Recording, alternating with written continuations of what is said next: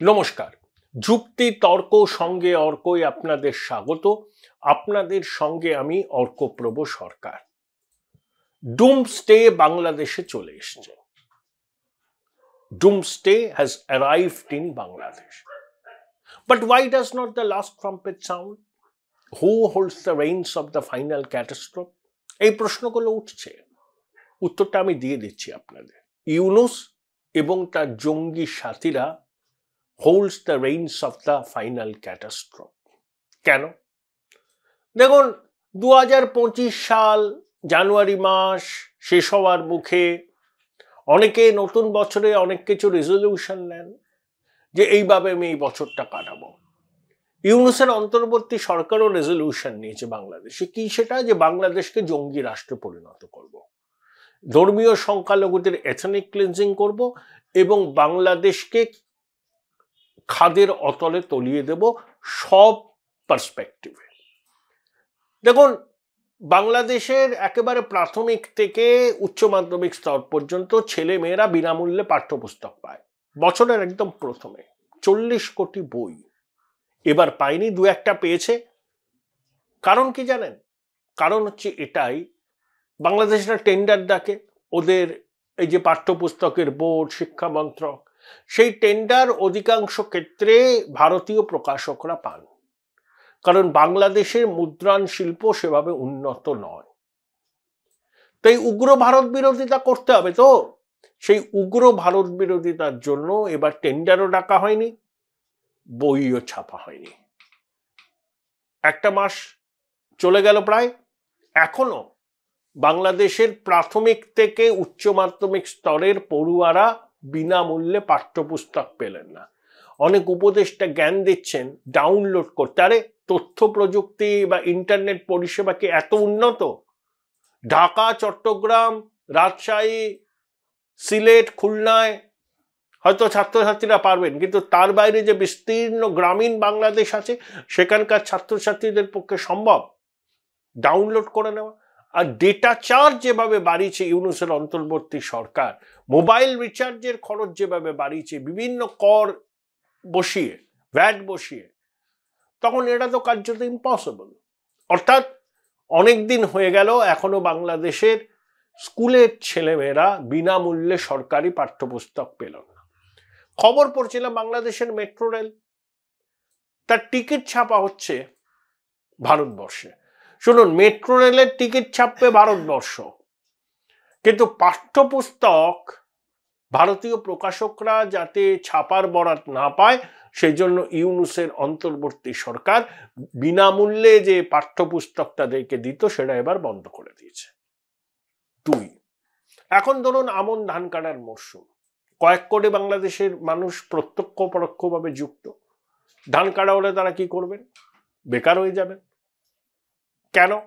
এ ধরুন বেক্সিমকো, জাহাজি টাওয়ার্স, প্রাণ গ্রুপ, আরো অনেক আছে বাংলাদেশে বড় বড় কর্পোরেট কনগ্লোমারেট, যাই বলুন না কেন, তারা ঢুকছে। বেক্সিমকোর তো 50টা ফ্যাক্টরি বন্ধ, কারণ তারা ঋণ শোধ দিতে পারছে না। গাজী টাওয়ার্সের টায়ারের ফ্যাক্টরিতে অগ্নিসংযোগ করা হয়েছে, অনেকে মারা গিয়েছিলেন। এখনো 2 লক্ষ লোক সরকারিভাবে বেকার হয়ে গেছেন এই সমস্ত প্রতিষ্ঠানের সঙ্গে যারা যুক্ত। 160টা বস্ত্র শিল্প বন্ধ হয়েছে, আগামী দিনে আরো হবে। তাহলে প্রত্যক্ষ পরোক্ষভাবে কত মানুষ কর্মহীন হবেন? এই যে রপ্তানিতে দ্বিতীয় স্থানটা ভিয়েতনামের কাছে হারিয়েছে বাংলাদেশ বস্ত্র রপ্তানি। আর তারপরে তো ভারত বিরোধী জিগির আছে। বস্ত্র শিল্পের কাঁচা মালের 80% আসে ভারত থেকে।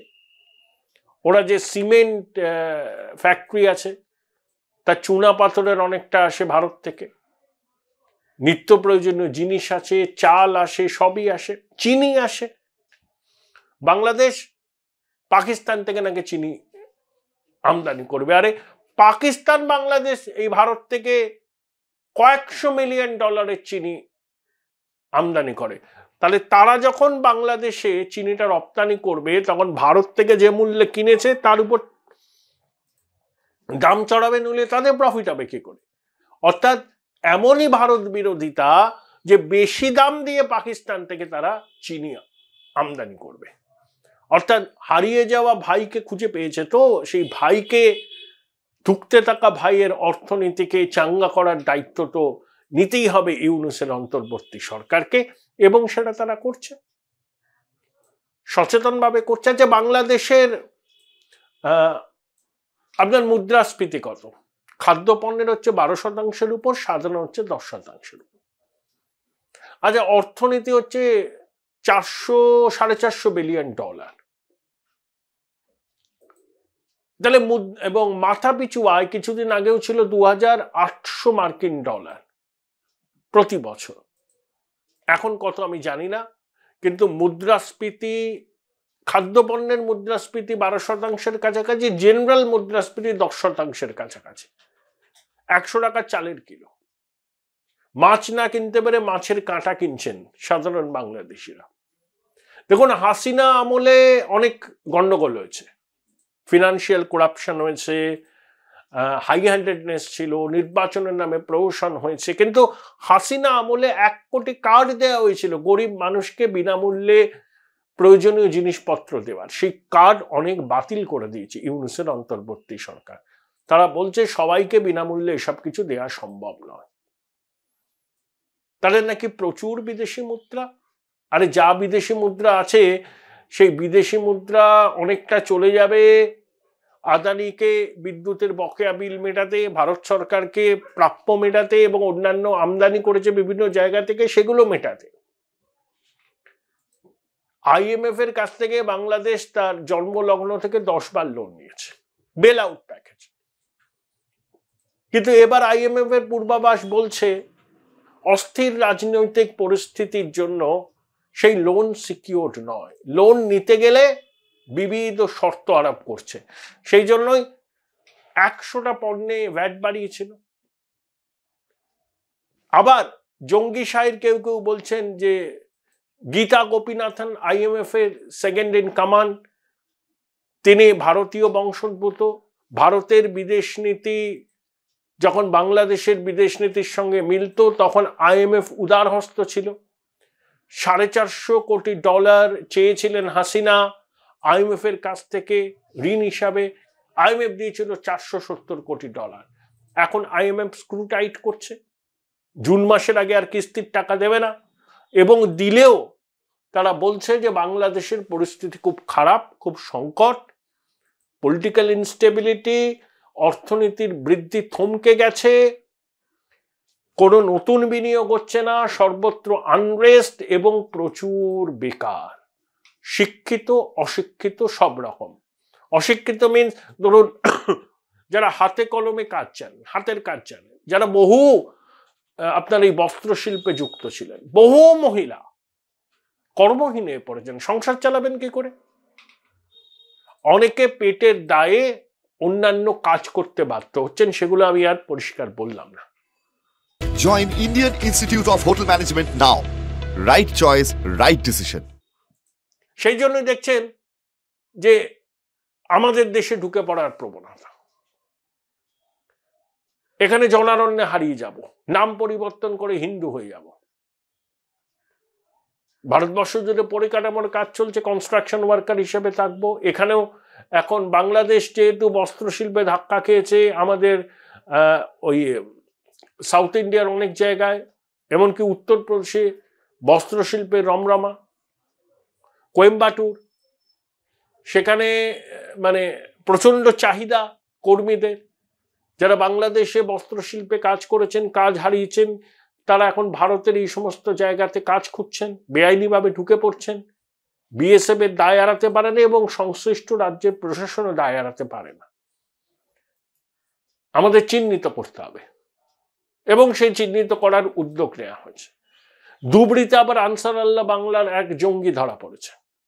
এই নিয়ে 12 জন হলো। জাসিমউদ্দিন রহমানের জেল মুক্তির পরেই এই আনসার আল্লাহ বাংলা টিমের সদস্যরা ভারতের বিভিন্ন জায়গা থেকে ধরা পড়ছেন।